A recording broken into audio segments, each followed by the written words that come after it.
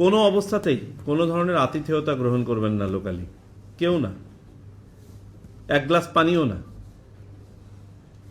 আমাদের দেশের যতটুকু সামর্থ্য আছে সেই অনুযায়ী নির্বাচন কমিশন সংশ্লিষ্ট সবাইকে যতটুকু সম্ভব বাজেট অ্যালোকেট করেছে, taking care of all the necessities, বিশেষ করে ওই 7 দিনের জন্য।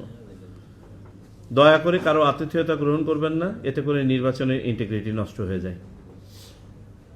বিশেষত নির্বাচনের আগের দিন, মানে ভোটের আগের দিন সন্ধ্যাবেলায় যখন টিমটা নিয়ে প্রিজাইডিং অফিসার ওই কেন্দ্রে যান, স্থানীয় যে কোনো একজন স্বপ্রণোদিত হয়ে আপনার আতিথেয়তা করতে চান। এবং আমরা অতীতে যেহেতু এগুলো ব্যাপারে খুব সচেতন ছিলাম না, বরাদ্দের ব্যাপারটা টাইমলি না পৌঁছানো ইত্যাদি, অনেকে হয়তো বাধ্য হয়ে আতিথেয়তা গ্রহণ করতেন। কিন্তু কি হতো ফলাফল? পরের দিন উনি যখন ওনার সাঙ্গপাঙ্গ নিয়ে এসে কেন্দ্রে প্রভাব বিস্তার করতেন, আপনি আর কিছু বলতে পারতেন না। No, this is not going to happen. কোনো ধরনের আতিথেয়তা কেউ গ্রহণ করবেন না। প্রিজাইডিং অফিসারদেরকে বলে দিতে হবে তারা সমন্বিতভাবে প্রয়োজনে পিকনিক আকারে সবাই একসাথে আগের দিন সন্ধ্যাবেলায় যাবে, খাওয়া দাওয়া নিজেরা রান্না করে ওখানে খাবে, আর সবার জন্য সম্মানই দিয়ে দেওয়া হচ্ছে।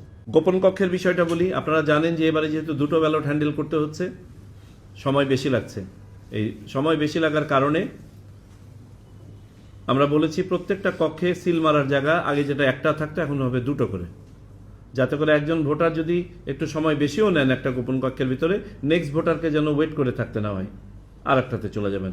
এবং কক্ষের ভিতরে এটা অর্গানাইজ করা সম্ভব, আমরা মক ভোটিং করে দেখেছি। আমার লাস্ট কথা হচ্ছে, আপনাদের প্রেজেন্স মাস্ট বি ফেল্ট। আপনারা যদি মাঠে আপনাদের উপস্থিতি টের পাওয়াতে পারেন সবাইকে, নির্বাচনে ইনশাল্লাহ খুব সহজে উতরে যেতে পারবেন। আমি যতটুকু দেখলাম এই জেলায়, আমি অত্যন্ত আশ্বস্ত এবং বিশ্বাস রাখতে চাই যে এই পরিবেশ যদি বজায় থাকে আপনারা একটা ভালো দৃষ্টান্ত উপস্থাপন করতে পারবেন একটা সুন্দর নির্বাচনের। আমাদের দোয়া রইল আপনাদের প্রতি।